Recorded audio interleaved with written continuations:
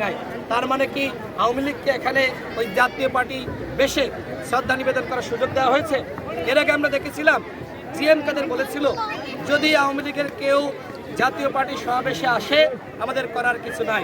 এবং কিছুদিন আগে আপনি দেখেন তিনি কিন্তু বলেছেন যে আওয়ামী লীগ এবং জাতীয় পার্টিকে বাদ দিয়ে যদি নির্বাচন করা হয় সেই নির্বাচন হবে একপাক্ষিক নির্বাচন। তার মানে কি? তার মানে আজকে আওয়ামী লীগ জাতীয় পার্টি বেশে ফিরে আসছে।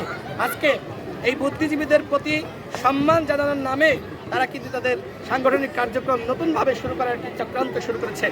আমরা সরকারকে বলবো, আগামী নির্বাচনে আওয়ামী লীগ জাতীয় পার্টি সহ 14 দলের যারা গণহত্যার দোষর কেউ নির্বাচনে অংশ নিতে পারবে না।